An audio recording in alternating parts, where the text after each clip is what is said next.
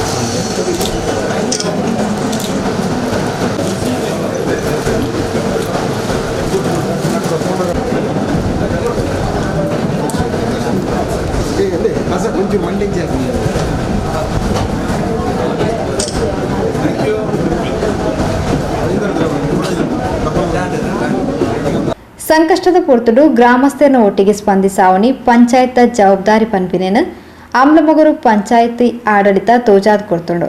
ಅಂಬ್ಲಮಗರು ಎಲ್ಲಿಯ ಗ್ರಾಮ ಆದಿತ್ತಂಡಲ ಅಭಿವೃದ್ಧಿಗೆ ಅಗತ್ಯ ಉಪನ ಮಾತಾ ಸೌಕರ್ಯನ ಕಲ್ಪಿಸಾದರು. ಲಾಕ್ಡೌನ್ ಪೊರ್ತುಡು ಪಂಚಾಯತ್ ಮಾತ್ರ ಆತ್ತಂದೆ ಗ್ರಾಮದ ಸರ್ವಧರ್ಮೀಯರು ಮಾನವೀಯ ನಿಲೆಟ್ ಸ್ಪಂದಿಸಾದರ ಪಣದ ಶಾಸಕರು ಶ್ರೀ ಯುಟಿ ಖಾದರ್ ತಿಳಿಪಾಯರು.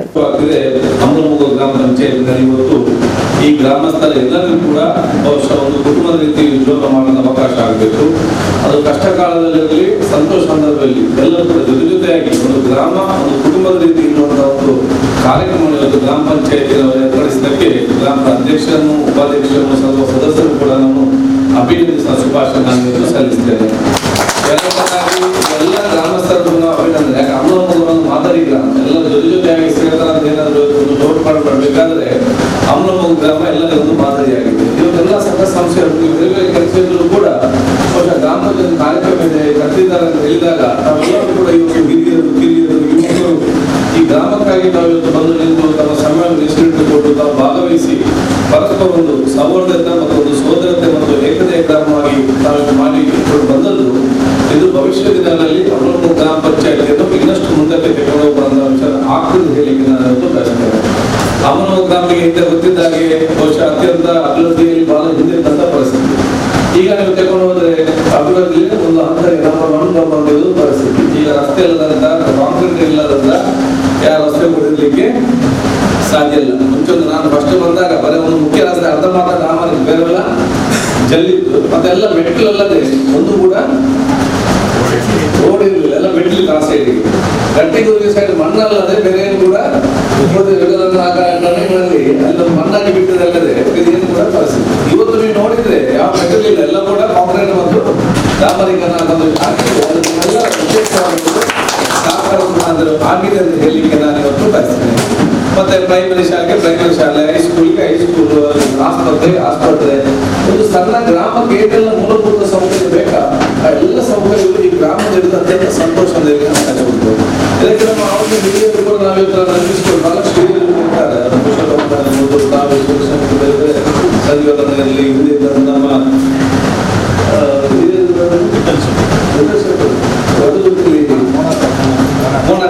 ಎಲ್ಲರೂ ಕೂಡ ಒಬ್ಬರಿಗೆ ಅವತ್ತಿನ ಕಾಲ ಹಿರಿಯರು ಮಾಡಿಕೊಟ್ಟಂತ ಫೌಂಡೇಶನ್ ಇದೆ ಅಲ್ಲ ಬುನಾದಿ, ಅದನ್ನು ಇವತ್ತು ಮುಂದುವರಿಸಿಕೊಂಡು ವಿಚಾರ ಆಗಿದೆ. ಅದು ಈ ಗ್ರಾಮಸ್ಥರು ಮಾಡ್ತಾ ಇದ್ದಾರೆ.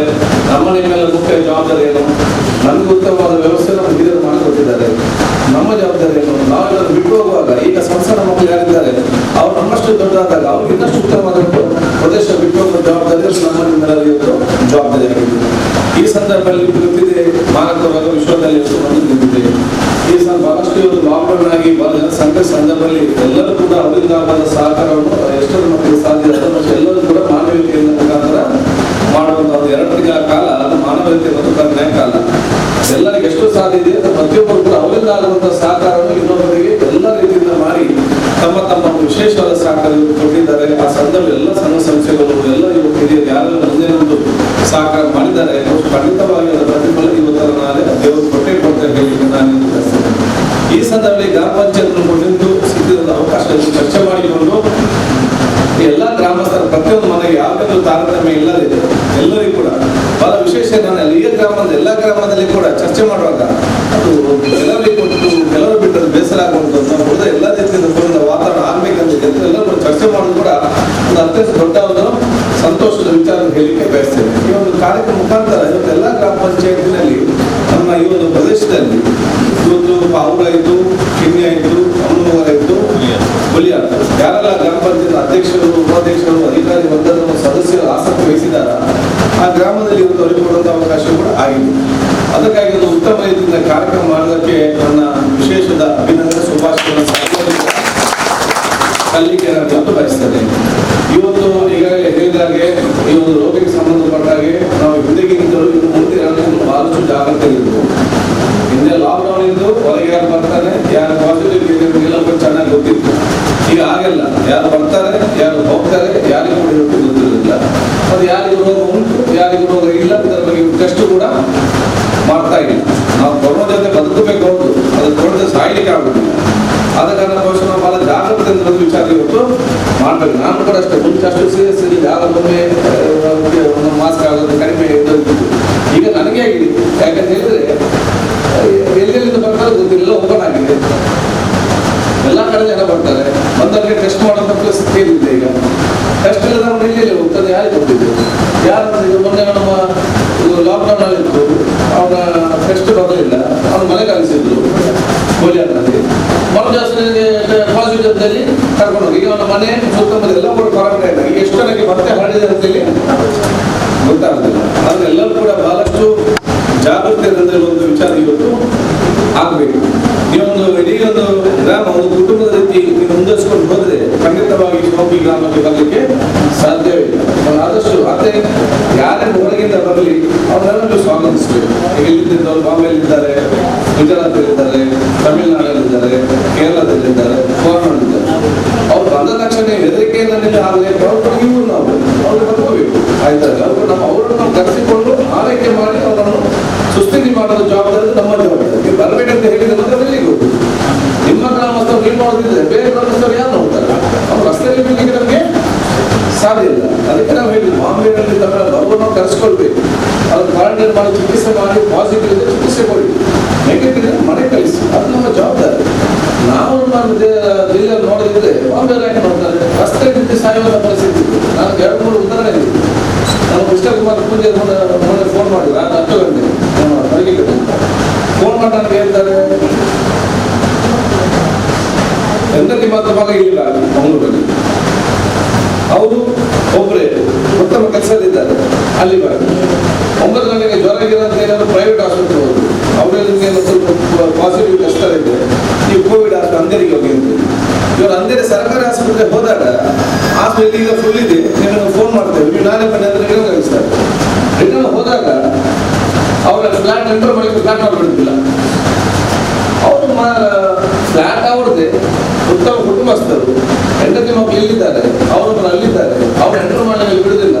ಯಾರು ಸಂತೋಷ 24/7 ಒಂದು ಮಾಹಿತಿ ಕೇಂದ್ರ ಓಪನ್ ಮಾಡಿದ್ರು. ನಿಮ್ಮ ಸಂಬಂಧಿಕರು, ನಿಮ್ಮ ಕುಟುಂಬಸ್ಥರು, ನಿಮ್ಮ ಪರಿಚಯಸ್ಥರು, ನಿಮ್ಮ ಗ್ರಾಮ ಯಾರಾದ್ರೂ ನಾವು ಈಗ ಬರ್ತಾ ಇಲ್ಲ ಅಂತ ಹೇಳಿದ್ರೆ ದಯವಿಟ್ಟು ಬರಬೇಡಿ ಅಂತ ಅವ್ರಿಗೆ ಹೋಗುದು. ಅವ್ರು ಬೇರೆ ಎಲ್ಲಿ ಹೋಗಿದ್ದು ಸಾಧ್ಯ ಇದೆ. ಅವ್ರು ಬನ್ನಿ ಅಂತ ಹೇಳಿ ಡೈರೆಕ್ಟ್ ನಿಮ್ಮ ಗ್ರಾಮಕ್ಕೆ ಕರ್ಕೊಂಡು ಹೋಗಿ ಅಲ್ಲಿ ನಾವು ಹಾಸ್ಟೆಲ್ ಕೊಡ್ತಾರೆ ಕ್ವಾರಂಟೈನ್ ಮಾಡಲಿಕ್ಕೆ. ಸರ್ಕಾರ ಆದೇಶ 7 ದಿವಸ ಇದೆ, ದಯವಿಟ್ಟು 7 ದಿವಸ ತರಲಿಕ್ಕೆ ಹೋಗ್ಬೇಡಿ. 14 ದಿವಸವೇ ಅಲ್ಲಿ ನಿಲ್ಲಿ.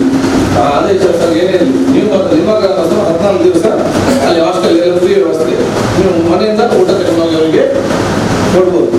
14 ದಿವಸ ಆದ ನಂತರ ಇವತ್ತು ಬರುವಂಥ ವಿಚಾರ. ಅದಕ್ಕಿಂತ ಮುಂಚೆ ತರಲಿಕ್ಕೆ ಹೋಗ್ಬೇಕು. ನಾವು ಟೆಸ್ಟಿಗೆ ನಾನು ಹೇಳ್ತಾ ಇದ್ದೇನೆ, ನಾನು ಡಿಸಿಗೆ ಒಂದು ಸಚಿವರು ಕೂಡ ಮಾತಾಡಿದ್ದೇನೆ. ಬೇರೆ ಜಿಲ್ಲೆ ರಾಜ್ಯ ಯಾವ ಲೆಕ್ಕಾಚಾರ ಇರುತ್ತೆ, ನಮ್ಮ ಜಿಲ್ಲೆಗೆ ನೀವು ಕಂಪಲ್ಸರಿ ಟೆಸ್ಟ್ ಅನ್ನು ಮಾಡಿಸಿ.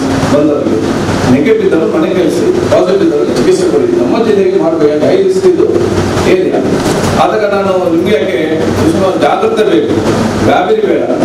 ಯಾರು ಬಂದ ತಕ್ಷಣ ಸಂಶಯವನ್ನು ನೋಡುವಂಥದ್ದ, ಹೆದರಿಕೆಯನ್ನು ನೋಡುವಂಥದ್ದ, ಇವನ ಇಲ್ಲಿ ರೋಗವೇ ತಂದು ಬಿಡ್ತಾರೆ ಅಂತ ಹೇಳಿ ಈ ರೀತಿಯಿಂದ ವಾತಾವರಣ ದಯವಿಟ್ಟು ಯಾರು ಕೂಡ ಯಾರಿಗೂ ಮಾಡಲಿಕ್ಕೆ ಹೋಗೋದು ಬೇಡ. ಎಲ್ಲರೂ ಮಾನವೀಯತೆ ಮತ್ತು ಪ್ರೀತಿಯಿಂದ ಇದ್ದು ಅವರಿಗೆ ಕುಟುಂಬಸ್ಥರು ಧೈರ್ಯ ಕೊಡೋ ಜೊತೆಯಲ್ಲಿ ನಿಮ್ಮ ಗ್ರಾಮಸ್ಥರು ನಿಮ್ಮವರನ್ನು ಎನಿಸಿಕೊಂಡು ಸ್ವೀಕಾರ ಮಾಡಿ ಅವರಲ್ಲಿ ಕ್ವಾರಂಟೈನಲ್ಲಿ 14 ದಿವಸ ಅದನ್ನು ಬಿಡುಗಡೆ ಮಾಡಿ ಕೂಡ ನೀವು ಬಿಡುಗಡೆ ಮಾಡಲಿಕ್ಕೆ ಹೋಗ್ಬೇಕು. ಅದರ ನಂತರ ಗ್ರಾಮಕ್ಕೆ ತಂದು ಪಂಚಾಯತ್ ಎಂಟ್ರಿ ಮಾಡಿಸಿ ಈ ಊರಿಂದ ಈ ಊರಿಗೆ ಬಂದಿದ್ದಾರೆ, ಇವರು ಇಲ್ಲಿದ್ದಾರೆ, ಅವ್ರ ಬಗ್ಗೆ ಆಶಾ ಕಾರ್ಯಕರ್ತ ಇಲಾಖೆ ನಿಗದಿವಂತ ಕೆಲಸ ಮಾಡಿ ಇಷ್ಟು ಮಾಡಿದ್ರೆ ನಿಮಗೆ ಯಾವ ತೊಂದರೆ ಕೂಡ ಈ ಗ್ರಾಮಸ್ಥರಿಗೆ ಬರಲಿಕ್ಕೆ ಸಾಧ್ಯ ಇಲ್ಲ. ಅದು ಬಿಟ್ಟು ನನ್ನ ಸಂಬಂಧಿಕರು ಬರ್ತಾರೆ, ಊರಿನವ್ರು ಬರ್ಲಿಕ್ಕೆ ಬಿಡುವುದಿಲ್ಲ, ಅವನು ಬಂದದ್ದನ್ನೇ ಹೇಳುವುದಿಲ್ಲ, ಯಾರಿಗೆ ಬಂದದ್ದೇ ಗೊತ್ತಿರುವುದಿಲ್ಲ, ಆವಾಗ ಸಮಸ್ಯೆ ಆಗ್ತದೆ. ಯಾಕೆ ನಾನು ಯಾರಾದ್ರೂ ಬರುವಾಗ ಈಗ ನನ್ನ ಸಂಬಂಧಿಕರು ಬರ್ತಾ ಇದ್ದಾರೆ, ಇಲ್ಲಿ ಊರವರು ಪಂಚಾಯತ್ ಬಿಡುದಿಲ್ಲ ಅಂತ ಹೇಳಿದ್ರೆ ಅವನು ಬಂದ ವಿಚಾರ ಯಾರು ಹೇಳುವುದೇ ಇಲ್ಲ, ಬಂದಲ್ಲ ಹೇಳಿದಿಲ್ಲ ಸಮಸ್ಯೆ, ಅವನು ಬಂದು 3 ದಿವಸ ಆದ ನಂತರ ಗೊತ್ತಾಗುತ್ತೆ.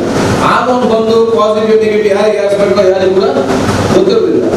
ಸೊ ಬಂದಾಗ ಅವರನ್ನು ಸ್ವೀಕರಿಸಿ ಕೋಆರ್ಡಿನೇಟರ್ಸ್ ಅಂತೇಳಿ ನಾನು ಅವ್ರಿಗೆ ಹೇಳ್ತೇನೆ, ನನ್ನ ಬಾಂಬೆಯಿಂದ ಬರ್ತಾರೆ, ನನ್ನ ತಮಿಳುನಾಡಿಂದ ಬರ್ತಾರೆ, ಗುಜರಾತಿಂದ ಬರ್ತಾರೆ, ಅವ್ರಿಗೆ ವ್ಯವಸ್ಥೆ ಮಾಡಿ ನಾವು ಇಲ್ಲಿ ಹೇಳಿದ್ರೆ ಆ ವ್ಯವಸ್ಥೆಯನ್ನು ನಮ್ಮ ಗ್ರಾಮಸ್ಥರು ಮಾಡಬೇಕಾಗ್ತದೆ. ವ್ಯವಸ್ಥೆ ಕೂಡ ಇದೆ, ಅಲ್ಲಿ ಫ್ರೀಯಾಗಿ ಕೂಡ ಹಾಸ್ಟೆಲ್ ಇದೆ, ಮಣ್ಣಿನ ಊಟ 14 ದಿವಸ ಅವನು ಬಾಂಬೆಗೆ ಕೂತ್ಕೊಂಡು ಇನ್ನೊಂದು 14 ದಿವಸ ಕಷ್ಟಪಡುವುದು, ಇಲ್ಲಿ ಒಂದು ಕೂತ್ಕೊಳ್ಳಿ, ನಮ್ಮ ಜೊತೆ ಕೂತ್ಕೊಳ್ಳಿ, ಅವರಿಗೆ ಒಂದು ಆಗಲಿ ಅಥವಾ ನೆಗೆಟಿವ್ ಆಗಲಿ ಮನೆಗೆ ಬಂದು ಸೇರಿಕೊಂಡು ಈ ಒಂದು ಸಿಸ್ಟಮ್ ನಿಮ್ಮ ಗ್ರಾಮದಲ್ಲಿ ಮಾಡಿದ್ರೆ ಎಲ್ಲ ತಂದ್ರೆ ನಮ್ಗೆ ಯಾವ ದೊಡ್ಡ ಸಮಸ್ಯೆ ಬರಲಿಕ್ಕೆ ಸಾಧ್ಯ ಇಲ್ಲ. ಅದನ್ನು ಗ್ರಾಮ ಅಧ್ಯಕ್ಷರು, ಅಧಿಕಾರಿಗಳು, ಸದಸ್ಯರೆಲ್ಲ ಕೂಡ ಮಾಡಬೇಕು. ಅದು ಗ್ರಾಮಸ್ಥರ ಸಂಪೂರ್ಣವಾದ ಸಹಕಾರ ಕೊಡಬೇಕು, ಜಾಗೃತಿಯಲ್ಲಿ.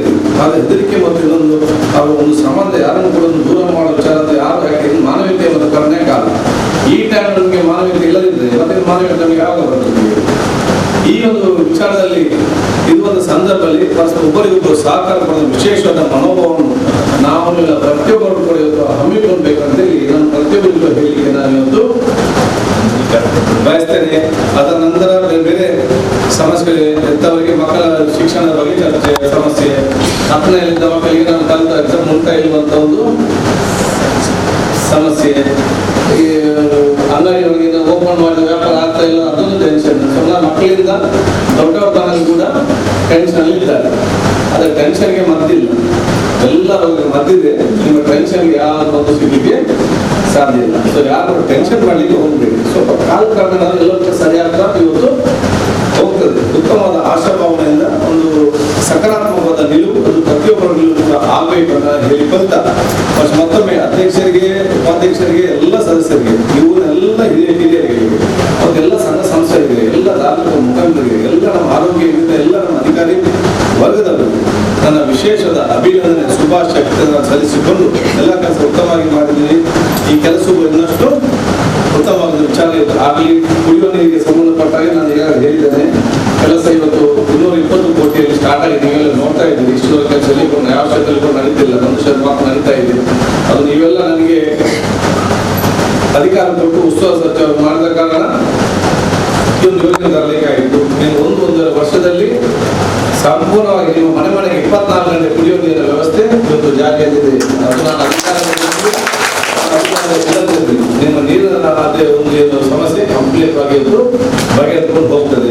ನೀವು ಎಲ್ಲೇ ನಿಮಗೆ ಅಡ್ಡಿಯಾರಿಗೆ ಬಂಟ್ವಾಳಕ್ಕೆ ಹೋಗ್ಬೇಕು, ಸುತ್ತಾಡಿಕೊಂಡು ಹೋಗ್ಬೇಕಿತ್ತು, ಅದಕ್ಕೆ ಕಂಕನಾಡಿಗೆ ಅಥವಾ ಮನೆಗೆ, ಅದು ಈಗ ಬ್ರಿಡ್ಜ್ ಈಗ ಅರೆಕಾಲದಲ್ಲಿ ಈಗಾಗಲೇ ಕೆಲಸ 500 ಕೋಟಿಯಲ್ಲಿ ಬ್ರಿಡ್ಜ್ ಮತ್ತು ಕೆಲಸ ಸ್ಟಾರ್ಟ್ ಆಗಿದೆ.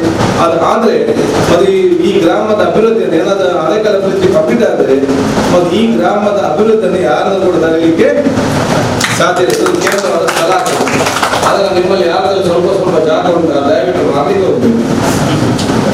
ಈಗ ಬ್ರಿಡ್ಜ್ ಎಲ್ಲ ಆಗಲಿ, ಮತ್ತೆ ಈಗ 10 ರೂಪಾಯಿ ಇದೆ, ಅದು 1000 ರೂಪಾಯಿ ಆಗ್ತದೆ. ಅದು ನಿಮ್ಮ ಮಕ್ಕಳಿಗೆ ಸ್ವಲ್ಪ ಆಸ್ತಿ ಮಾಡಿದ್ರೆ ಎಷ್ಟೇ ಕಷ್ಟ ಆದ್ರೂ ಕೂಡ ಈಗ ಸ್ವಲ್ಪ ರಂಜು ಊಟ ಮಾಡಿ ಚಿಂತೆ ಇಲ್ಲ, ಚೆನ್ನಾಗಿ ಒಂದು ಡ್ರೆಸ್ ಹಾಕಿದ್ರೆ ಚಿಂತೆ ಇಲ್ಲ, ಅದು ಮನೆ ಟೆರೆಸ್ ಕಟ್ಟದಿದ್ರು ಚಿಂತೆ ಇಲ್ಲ. ಮಾಲಿಕೊಂಡು ಕಟ್ಟಲಿಕ್ಕೇನು ಅರ್ಜೆಂಟ್ ಆಗಿ ಹೋಗ್ಬೇಕು. ಸ್ವಲ್ಪ ಸಮಯ ಅವಕಾಶ ಕೊಡಿ. ಎಲ್ಲ ಅಭಿವೃದ್ಧಿ ಆದಾಗ ಉತ್ತಮವಾದ ಆ ಒಂದು ಪ್ರದೇಶ ನಿರ್ಮಾಣ ಮಾಡಿಸುವಂತ ಎಲ್ಲ ಕಾಯ್ದೆಯಿಂದ ಇಟ್ಕೊಂತ ನಿಮ್ಗೆಲ್ಲ ವಿಶೇಷದ ಅಭಿನಂದನೆ, ಶುಭಾಶಯ ನಾನು ಸಲ್ಲಿಸಿಕೊಂಡು ಸರ್ವರಿಗೂ ಕೂಡ ನನ್ನ ವಿಶೇಷವಾದ ಧನ್ಯವಾದ ಸಲ್ಲಿಸಿ ಹಿರಿಯರಿಗೆಲ್ಲ ಆಶೀರ್ವಾದ ನಾನು ಬೇಡಿಕೊಳ್ಳುತ್ತಾ ನನ್ನ ಮಾತು ಮುಗಿಸಿ ನಾನು ಸ್ವಲ್ಪ ನಮ್ಮ ಬೆಂಗಳೂರು ಅಕ್ಷರ ಯಾಕೆಂತ ಹೇಳಿದ್ರೆ ಈ ಸಂದರ್ಭದಲ್ಲಿ ನಾನು ಕೂಡ ಸಹಕಾರ, ನಮಗೆ ಸಮಸ್ಯೆ ಇದ್ರು ಕೂಡ ನಾವು ಕೂಡ ಸಹಕಾರ ಕೊಡ್ಬೇಕಂತ ಹೇಳಿ ಎಲ್ಲ ಗ್ರಾಮಕ್ಕೆ ಬೂತ್ ಇಷ್ಟೆಷ್ಟು ತಂದು ಕೊಟ್ಟಿದ್ದೇವೆ. ಮತ್ತೆ ನಾವು ಆಶಾ ಕಾರ್ಯಕರ್ತರ ಸಹಕಾರ ಮಾಡಬೇಕಂತ ಅವರಿಗೆ ಮಾಡಿದ್ದೇವೆ. ಅಂಗನವಾಡಿ ಕೇಳಿದ್ರು ಅವರು ಕೂಡ ಮಾಡಿದ್ದೇವೆ. ಆ ರಿಕ್ಷಾ ಚಾಲಕರ ಬಂದು ಅವ್ರಿಗೆ ಕೂಡ ಮಾಡಿದ್ದೇವೆ. ಬಸ್ ನವರು ಬಂದು ಅವ್ರಿಗೆ ಕೂಡ ಮಾಡಿದ್ದೇವೆ. ಮೆಕ್ಯಾನಿಕ್ ನವರು ಬಂದು ನಮಗೆ ಬಿಡ್ತೀವಿ ಅಂತ ಮೆಕ್ಯಾನಿಕ್ ಕೂಡ ಮಾಡಿದ್ದೇವೆ. ಇಷ್ಟೊಂದು ಅಂಗಡಿ ಬಂದ್ರು ನಮ್ಮನ್ನು ಬಿಟ್ಟದ್ದು ತನಕ ಮಾಡಿ ಒಂದು ವಾರದ ಬೇರೆ ಮತ್ತೆ ಅವರು ಸಾಲು ಯಾರು ಶಾಲೆಗೆ ಅಡಿಗೆ ಮಾಡೋದಲ್ಲ